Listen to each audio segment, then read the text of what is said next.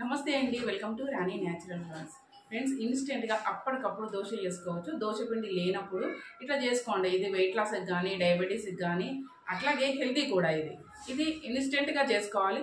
Just 5 minutes చాలండి ఇది చేసుకోవడానికి. మరి టేస్ట్ కూడా చాలా బాగుంటుంది. ఎట్లా చేయాలో వీడియోలో చూపిస్తూ పదండి. ఇక్కడ ఈ పెద్ద చెంచుతో 2 స్పూన్లు నేను రాగి పిండి తీసుకుంటున్నా.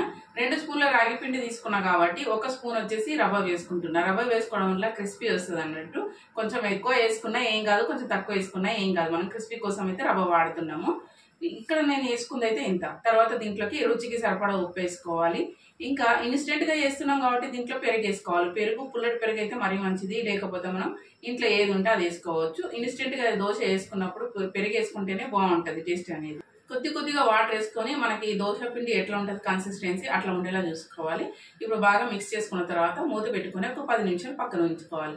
అంతలోపు ఆనియన్స్ మనకి దీంట్లో వేసుకోవడానికి ఏమన్నా వేసుకోవచ్చండి. ఇవన్నీ మనం కట్ చేసుకునే లోపు ఒక 10 నిమిషాలు పడుతుంది. అప్పటి వరకు అయితే మనం పక్కన ఉంచేస్తాం. ఇప్పుడు దీంట్లోకి మనకు కావాల్సిన అన్ని వేసుకోవచ్చండి. కొత్తిమీర వేసుకోవచ్చు, కరివేపాకు వేసుకోవచ్చు, జీలకర్ర, ఆనియన్స్, ఇలా మనకి ఏం కావాలంటే అవి వేసుకోవచ్చు. ఇవి టేస్ట్ పెంచడానికి మట్టికే అండి, తప్పనిసరి అయితే కాదు.